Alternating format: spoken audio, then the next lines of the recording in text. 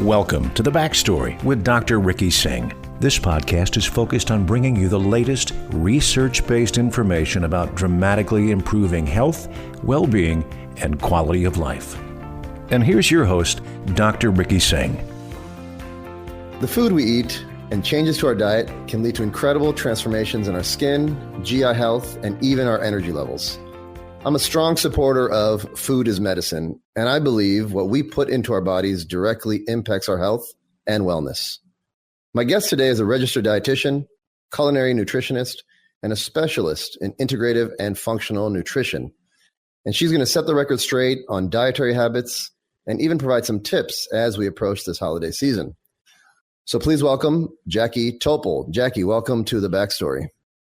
Thank you so much for having me today. So before we get into the topic about mindful eating during this holiday season, I was reading about you on the internet and I noticed one of your certifications is a LEAP therapist, LEAP, which stands for Lifestyle Eating and Performance. And tell us a little bit about LEAP. You know, what I read, and correct me if I'm wrong, deals with food sensitivities and things that we can eat affect our immunity and our inflammation. But I want to hear from you. What is LEAP and how do you implement this in your practice and talking with patients? I've been using the mediator release test, which is the test that looks at food sensitivities for several years now. And I've had great results with using it with patients who have inflammatory conditions like rheumatoid arthritis and migraines. And what the mediator release test does is it looks at how our immune system responds to many different foods and food chemicals. So it's actually 170 food and food chemicals. So it's quite a comprehensive panel. And it shows us which foods are problematic. The diet that we plan based on someone's results is what we call LEAP, or Lifestyle Eating and Performance, because it's essentially a custom anti-inflammatory diet. So in the first phase of LEAP, we include foods that are not reactive or minimally reactive, and this helps bring inflammation down very quickly. And then we slowly expand a person's diet. And what I've found over the years is that, yes, MRT does identify some foods that are not totally surprising, things like dairy and gluten, which many people have issues with, but it also captures some foods that you would never guess would be a problem. And most people aren't able to figure this out on their own because food sensitivities can be delayed up to 72 hours. So they're very hard to pinpoint, unlike a food allergy, which is an immediate reaction.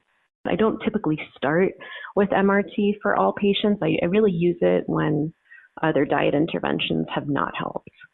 We see a lot of patients, especially at Cornell in our spine center and pain clinics. And after undergoing so many interventions like physical therapy, maybe I put them on an anti-inflammatory like Motrin, Aleve, or Advil. And they still present with, maybe it's not a rheumatologic condition, but what I perceive as inflammation in the body. Their skin is sensitive, their joints are sensitive. I mean, my understanding of inflammatory diet is like what you said. Cut out the sugar, cut out gluten, cut out carbs and dairy. And that's my answer. But it's fascinating that there's actually a science behind it and things that you can actually test for. What are some things that we wouldn't expect to produce inflammation in the body that you have found through your mediator release test? Well, it's completely individualized. I have seen people come back reactive to garlic and sweet potato, things that you would never really imagine would be a problem.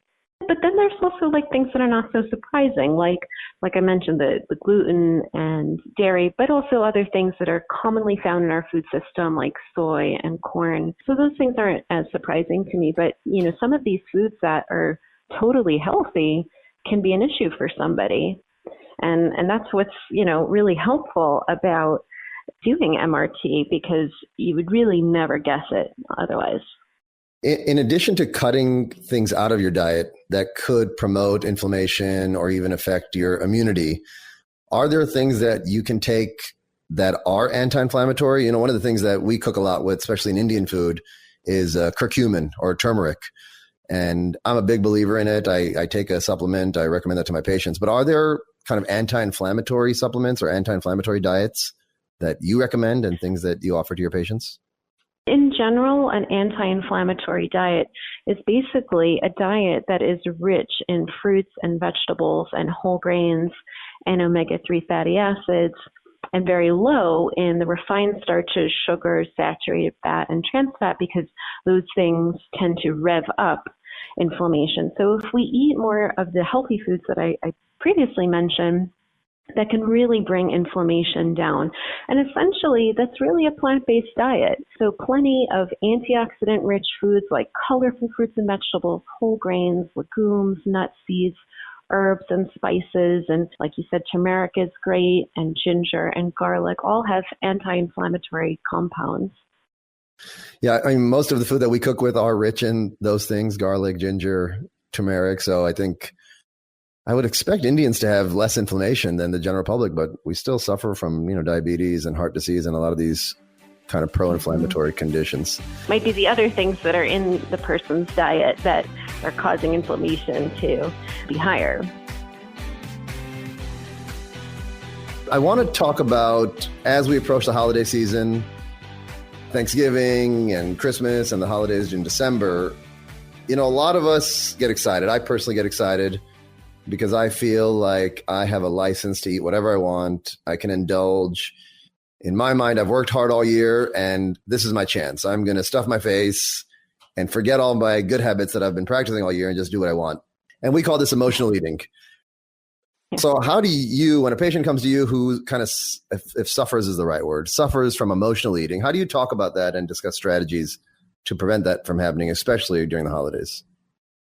I think Thanksgiving and the holidays lead a lot of people to feel that they should treat themselves. And surely we've been under much more stress than usual this past year, so we really feel like we deserve it. There's also special foods at the table that we may not usually eat at other times of the year, so we really look forward to them. So feeling that way, that we should, treat ourselves and that we deserve it, it's totally understandable. But what I'd encourage you or anyone else that's listening to do is really to be mindful. And that means, first of all, just using all of our senses to fully savor what we're eating. So not just tasting our food, but also appreciating its color, its texture, its smell. And by doing this, it really naturally slows us down. The other important thing is to stay in tune with how full we're getting throughout the meal. So halfway through the meal, do a little check-in and see how you're feeling. Maybe you need to slow down. Maybe you're already pretty full. And I actually tell a lot of my patients that they should actually stand up halfway through the meal, because some people actually really can't feel how full their stomach is getting. So just standing up briefly can help you really assess that better. So doing that check-in can really help control our portion sizes, so we're eating just enough to keep us full and satisfied without overdoing it. And then lastly, I'd say be kind to yourself. If you're working towards a health goal and this meal is more indulgent than you typically have, don't beat yourself up over it. It's really just one meal, and tomorrow's a new day. No, I think, a lot of the stuff that you're saying, I don't practice. I rarely stand when I eat. I don't check in and savor all of the food with my senses. I grab a plate of food and I sit in front of the couch, turn on football, and that's my holiday. But I'm going to try my best to take what you're saying into account this year. And despite it being just one meal or a couple meals over the holidays, I was researching, on average, Americans gain weight about 2 to 4 pounds during the holidays, which may not sound like a lot, but when you put it in the perspective of what I deal with, like spine pain and joint pain, every pound of weight extra is about 10 pounds on your spine and 5 to 7 pounds on your joints. So even a small weight gain, such as 2 to 4 pounds, could have meaningful impacts on your joints. So I think what you're saying is especially helpful in being mindful of how we eat, despite it just being a few days out of the year. We talk about strategies on going into these big dinners and big get-togethers with our family, but what are some strategies on how to avoid this weight gain? And something that comes up is eating breakfast. Is breakfast really the most important meal of the day? And how can we use this strategy to prevent overeating at these dinners? Breakfast is truly one of the most important meals. First of all, our metabolism is most efficient in the morning, so it's really a good idea to have breakfast. You're literally putting gas in your tank for the rest of the day. And if you skip breakfast, you're going to be much more hungry by the time dinner rolls around. And even if you've had lunch, you're still going to be hungry by the time dinner rolls around, and you're going to be likely to eat more. So you're best off having a balanced breakfast and a normal sized lunch every day, but especially when you're going to have a big Thanksgiving meal. So don't skip meals thinking you'll save the calories for later. It just doesn't quite work that way. How does this affect those of us that might practice intermittent fasting, where we don't eat until lunch or even dinner and we fast throughout the morning? Is that a good strategy, or should we be maybe not eating dinner if our metabolism is best in the morning? That's a great question. So, for intermittent fasting, that does work well for some people. But, even for people who do intermittent fasting, the latest they might be having their first meal might be 10 or 11, maybe at the very latest. The real reason why intermittent fasting works so well is really because you're cutting off eating late at night. And that's when our metabolism is very, very slow. And also we know that eating late at night, close to bedtime, can actually impact our sleep. And if we have poor sleep, that also can affect our metabolism. So really, the reason why intermittent fasting is so efficient for helping people lose weight is really more so because it curbs the night eating more than anything, really. I will say that for some people, intermittent fasting doesn't really work because they really do need to eat an earlier breakfast, and they tend to feel very sluggish if they don't have something in the morning. So it can work for some people, but I don't think it works for everyone. Holiday eating is about getting together with friends and families, and whether we can get together this year will be tough just due to what's going on in society with the pandemic. So it might turn into a Friendsgiving where we're doing a potluck-esque type of meal. And a lot of times the centerpiece might be a turkey or a ham. And I'll be the first to admit we often neglect our whole food, plant-based dishes. So can you give us some ideas on bringing healthier versions of the foods that we typically like to eat during the holiday season? So you can certainly lighten up dishes just by using less oil or cream or butter or sugar, which add a lot of extra calories to dishes. But you can also just incorporate more vegetables into your dishes, such as adding cauliflower into your mashed potatoes or using whole grain bread and vegetables in traditional stuffing, or adding butternut squash puree into your mac and cheese. And you can also just put out simply prepared vegetables like a colorful salad or roasted broccoli, just to encourage more plant-based eating. And that will kind of curb maybe some of the portion sizes of other more caloric dishes. Speaking of cauliflower, have you seen kind of when I was growing up, we didn't eat cauliflower. That was just not something that was made a lot in my house. But lately, my wife makes a fantastic cauliflower mac and cheese. We started to do cauliflower pizza. Have you noticed that we're using cauliflower a lot more than typically? Oh, definitely. It's definitely a big trend. A few years ago it was kale, but now cauliflower is everywhere. I'm seeing it in everything. Such a healthy food. Absolutely. And what's frustrating is, you can get cauliflower pizza at most of these pizza places now, but they're like 2 times the price of a regular dough-based pizza, which it's frustrating because eating healthier does come with a price at times, it seems. Yeah, sometimes it does. I think restaurants can sometimes take advantage of that a little bit, or different food products. And actually, I want to mention that though a lot of food companies are putting in some healthier things like cauliflower into their products, it doesn't necessarily mean that they're healthier just because something has dehydrated cauliflower powder in the chips all of a sudden. It doesn't necessarily make them healthier. So foods can certainly have a health halo around them. So it's really important that you read the ingredients of a food product and also look at the nutrition facts panel, because, even like with some cauliflower pizzas, they might be using a lot of cheese in the crust actually to help bind it. And that might make it, quite high in calories and fat. I totally agree with you. I'm guilty of that. If you ask me to make you a cauliflower crust, it will be filled with sometimes breadcrumbs and cheese, because that's my balance. All right, so I'm gonna disclose my holiday game plan, and I don't want the listeners or my patients who are listening to judge me when they see me in the clinic. But just like any sporting event or giving a lecture to a group of physicians at a conference, I come in with a game plan. So When it comes to eating, my plan is I grab the biggest plate on the table, which is usually like a 12-inch dinner plate. I pile it with everything except vegetables, turkey, gravy, mashed potatoes, stuffing. And then I sit in front of the couch and I watch what football, maybe not this year, but that's my plan. So without being too harsh on me, is this a good strategy? And if not, what's a better way that I should consume my food during the holiday season? Well, it's great you're going in with the game plan. Game plan is definitely key to staying on track and not overdoing it. But, first you can definitely move towards a smaller size plate.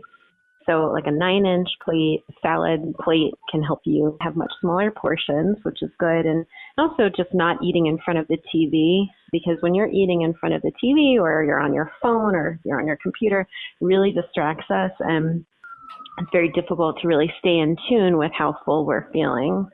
The other thing, as far as like an overall game plan would be, I would say, first reflect on the foods that you're really looking forward to having and plan to have those, but maybe in smaller portions. You can plan what other things you might have that could balance your plate out too. So for example, I encourage people I work with to fill up half their plate with vegetables. So this allows them to still have some more indulgent foods that they like mac and cheese or candied yams. But since there's less room on the plate, they have a much smaller portion, but they still get to enjoy it. And as far as the order in which to have these things, definitely try to prioritize filling up on the vegetables first, because that helps, because there's just so much fiber in them, so it's going to fill you up. Are we counting mashed potatoes as a vegetable in this example? Not so much. That's more of a start. That was a question for the listeners, not me personally. Just want to make sure I asked that question. What about things to stay away from? During the holiday season, people bring desserts and pecan pies and pumpkin pies and all the stuff that I like to eat. Are there calorie bombs, things that maybe I shouldn't try this season?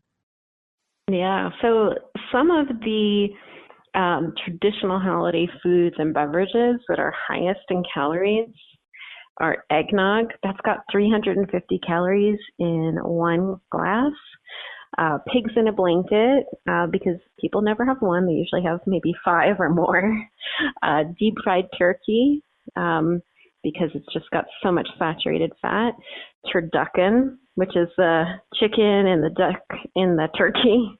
And then for dessert, pecan pie is by far the worst. And, I don't like to say that anything is off limits, but the thing is there are alternatives to these things. So, you can easily make swaps for them. So instead of having the pecan pie, you have the pumpkin pie, for example. Pumpkin pie is much lower in calories. I can get on board with pumpkin pie over pecan pie. So that's a fair concession I can make this holiday season during my feasting. What about, you mentioned alcohol. You mentioned eggnog. Let me talk about alcohol a little bit. What about alcohol intake while eating? How does that impact how much we eat? Do we eat more when we drink, or does it kind of fill you up so you eat less? Typically people do tend to eat a little bit more, because, they're not as present necessarily. And so they may not really feel how full they're getting. And you can also get really dehydrated too, which can cause you to drink more. So, as a health professional, of course, I recommend limiting alcohol intake, but, during the holidays, it's maybe inevitable. So, just really the best thing to do is to avoid the sugary cocktails and the mixers, because that's really where all the calories are. So something like a glass of champagne or wine, or even 12 ounces of a light beer, they're all about 100 calories. So those are sensible choices. But stay away from the margarita mix and things like that. That could be packed with sugar. Yes. One thing with a White Russian. Oh yeah, that's dairy and sugar. Just two strikes. Yeah. One thing that keeps coming up in my conversation with you is this concept about mindful eating, and we talk a lot about mindfulness during this podcast, especially with mental health. But tell me a little bit about mindful eating. I know you mentioned some strategies and some things to consider, but how can we employ this and implement this in our day-to-day life? Yeah. So, the thing is to really slow down and to really savor your food and use your senses, like I talked about before, and really just concentrate on spending quality time with your family and thinking about what you're really thankful for, as opposed to kind of getting wrapped up in the foods on the table. And slowing down is really important too, because we tend to eat really fast, and it takes our brain 20 minutes to get the message that it's full from our stomach. So if we're eating in less time than that, we may eat more because because our brain just didn't get the signal from our stomach that we've had enough. Another way to bring mindfulness to your meal is to maybe have a cup of tea or maybe pop a mint in your mouth just to signal the end of the meal, which can prevent you from being tempted to go back for seconds. Yeah, as I'm speaking with you, I'm kind of envisioning how I'm going to attack my next holiday season. And I think I have a plan. Plan one, grab the small plate and fill it 50% with veggies, colorful veggies. Yeah. And 50% of the other plate, I can eat whatever I want. You said that, right? Eat whatever I want. With some mindfulness, but yes, you should, enjoy the foods that you are really looking forward to having. The concept of slowing down, as a physician and during medical school and residency training, meals were not about being mindful. I mean, you grabbed a candy bar or anything the moment you had a chance, the moment you weren't covering something on the wards, and that just transferred into my day-to-day life. I mean, I eat very fast at the dinner table. Yeah. I will finish my plate in a few minutes, and then I'll sit there.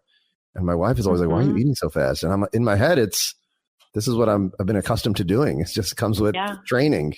So I need to really be thoughtful and slow that process down. Yeah. So you can also, put your fork down between bites. That will also help you slow down, and also just chew more too. That's another thing. Americans in general do not chew efficiently. You should be chewing a lot, to the point that the food is really, really, really broken down. It's also better for your digestion too when you do that. But because we're just kind of, chowing down and getting through the meal super fast, we're really not breaking down our food super well. And that's, what causes us to eat so fast, and for some people to have indigestion too. I'm going to make sure I tell my 1-year-old son this when I come home today. I mean, yesterday I fed him macaroni and cheese, and he was just swallowing it without taking one bite. So I'll make sure to change his habits when I get home. Yeah. So prior to opening up your practice, which our listeners can visit at jackietopol.com, you were here with us at New York Presbyterian Weill Cornell for many, many years. So tell me a little bit about what kind of work you were doing with us here, and what are some of the services that you offer out in the private sector? Sure. So I did my training at NYP, and then I worked as a clinical dietitian at Cornell. So I was inpatient for a number of years. I worked with cardiology and oncology patients for about 4.5 years. And then I moved into Cornell's new Integrative Health and Wellbeing Center, and I was their dietitian for about 3 years and worked with all kinds of patients. We saw a lot of people who had autoimmune conditions, a lot of digestive issues as well, and everything in between. And it was wonderful. And I loved working at Cornell and NYP. And, I consider it my home, because that's really where I started my career and where I got my training too. And now I'm in private practice. I see all my patients virtually now because of COVID. But it's great. I get to work with patients from all over. And I mainly work with people who have prediabetes and diabetes, but I also see patients who have gut issues as well. Certainly the work that you were doing here at the hospital reminds me of this phrase that we all talk a lot about, and I've written newsletters on, that food is medicine. And if we aren't really thoughtful about the substance we put in our bodies, we're really not going to have great positive health outcomes. So I love the work that you're doing, and I'm going to be sure to implement a lot of those strategies you mentioned today on how I approach food and how I eat during this holiday season. Any closing thoughts or tips for our listeners on food and diet in general, and kind of how to be more thoughtful about this process?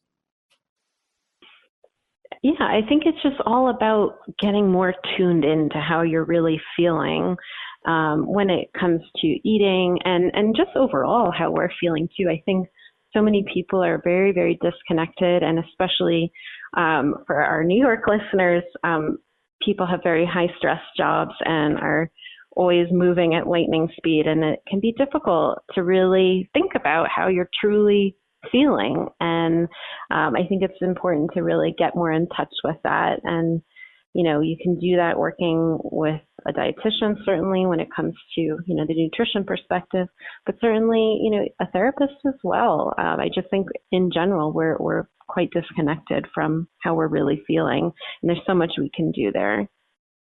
Yeah, you nailed it on the head when it comes to stress, you know, especially living in Manhattan and New York. Stress can lead to inflammation. Inflammation can lead to stress. Food obviously has a role in that based on what you talked about with the mediator release test. So a lot of things to think about. If you're out there listening and you have thoughts about your diet and you think maybe you need to make a change, please speak with Jackie Topol. You can visit her at her website at Jackie Topol, JackieTopol.com. Jackie, it was a pleasure. You know, we've never actually met in person, just virtually, probably as a result of this pandemic, but hopefully once this is behind us, I would love to share and collaborate on patient care with you. That would be great, and I'd love that. And thank you so much for having me today. Jackie, it's a pleasure. Thank you, and we'll chat again. Happy holidays, everyone. Thank you. Thanks for listening to The Backstory. Please subscribe, rate the podcast, and review The Backstory on Apple Podcast, Spotify, and Google Play Music. And feel free to share this podcast on social media or even your own website or blog. This podcast is for general information purposes only. It does not constitute the practice of medicine, including the giving of medical advice. No doctor-patient relationship is formed. The use of this information is at the user's own risk. The content of this podcast is not intended to be a substitute for medical advice. To learn more about Dr. Singh and his clinical research, please follow him on social media. You can also sign up for his newsletter by going to www.rickysinghmd.com. That's RICKYSINGHMD.com.